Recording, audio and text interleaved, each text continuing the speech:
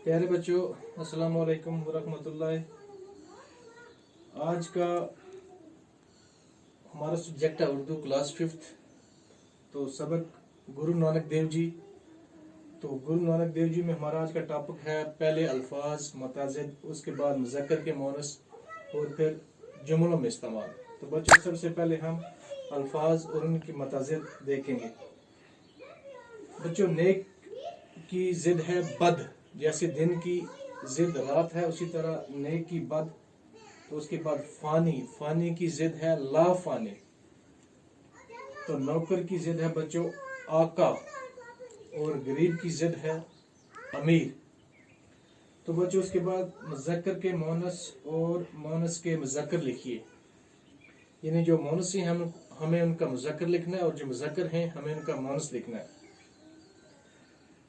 तो वालद का मोनस जो है बच्चों वो आएगा वालदा। भाई, उसके लिए जो उसका मोनस है बहन। नाना नानी, शोहर बीवी, यानी शोहर खामद और उसकी आएगी मोनस बीवी। नौकर की नौकरानी। तो बच्चों धोबी की आएगी धोबन। तो उसके बाद इसी लेसन में हमारा तीसरा क्वेश्चन है, नीचे दिए हुए लफ्ज़ों को जुमलों में इस्तेमाल कीजिए।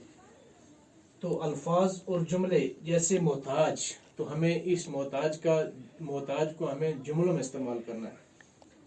खुदा इंसान को किसी का मोहताज न रखे। तो बच्चों, उसके बाद हमारा एक अल्फाज और है मुफलिस। तो उसको हमें जुमले में इस्तेमाल करना है।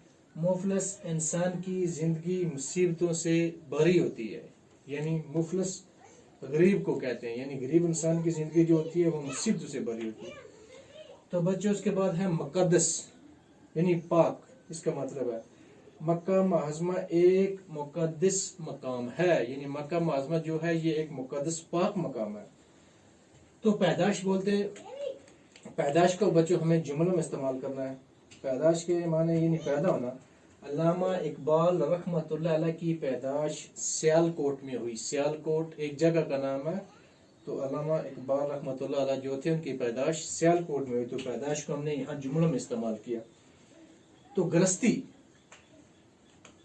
इसको जुमलों में इस्तेमाल करना बच्चों। गृहस्थी का बोझ संभालना सब के लिए आसान काम नहीं, यानी गृहस्थी का मतलब है घर का जो बोझ होता है, घर चलाना, घर को संभालना। तो उसको हमने जुमलों में इस्तेमाल किया। गृहस्थी का बोझ संभालना सब के लिए आसान काम नहीं।